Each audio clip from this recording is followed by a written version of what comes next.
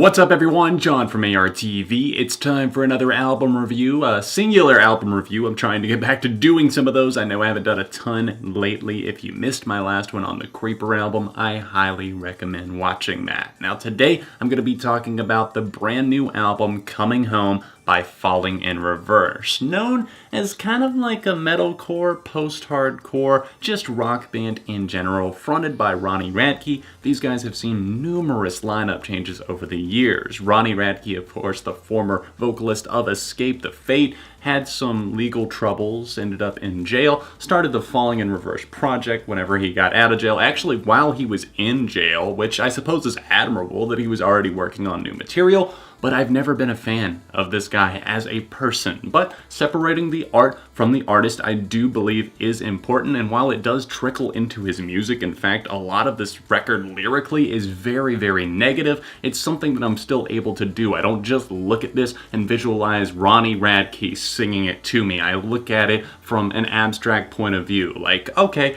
this is just a band. It's another band. Let's listen to the album like that. Falling in Reverse's last album, Just Like You, was actually a big step up from the mess that was Fashionably Late. Could not stand that record. But then they came back and got back on track. I enjoyed their debut, and then I was like off track. I was like, what are they doing? Ronnie Radke rapping and all these weird electronics and stuff. Then they bring in Just Like You, and I was like, okay, this is catchy as hell. There's actually some super fun songs on here. Everything from Sexy Drug to the title track, Just Like You. It was a fun album that had more hits than it did misses. And then, of course, we fire up again on the new album cycle. Ronnie had been teasing it for a while. Then Jackie Vincent, the lead guitarist of the band, departed, and I was like, he was probably the most nuanced and most talented person in this band, and he left. I don't exactly know what's going to come next. They said the new songs were more groove-oriented, and then they release Coming Home, which definitely fits with what's on the album cover, the dude in the space helmet, and you can see some stuff in the reflection. It's kind of like they went with a space theme and like progressiveness, and I don't know how well that works for Falling in Reverse. Coming Home just feels ridiculous in a way because it's so over the top and dramatic, and it's just like, can they really pull off such a composition?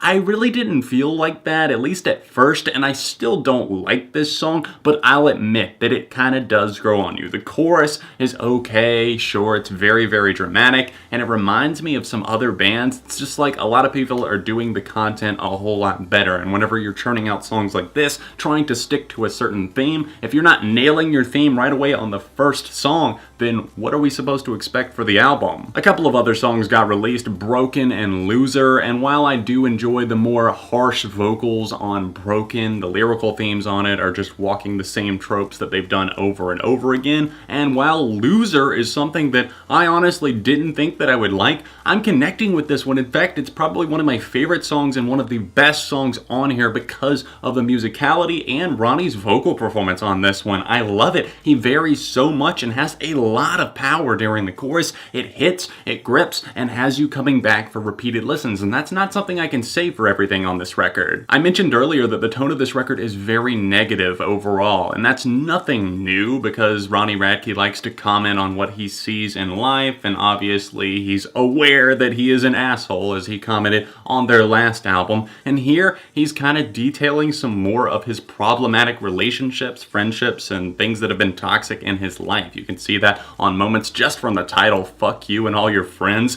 which is surprisingly fun for such a petty moment. Just thinking about the fact that this song comes from someone in their 30s is a little bit cringy, but at the same time, it's hard to resist. There's definitely some weak moments towards the end of this record. It feels like it really starts to drag on, and even though it's only a 44-minute album, it's something where I just feel like they get lost in space, especially on the final closing track, The Departure. That is one that I'm going to play you side by side just to prove that I'm not crazy. I know I'm not hearing things. This seriously is a straight rip of the bass line from the Silver Sun Pickup song Panic Switch.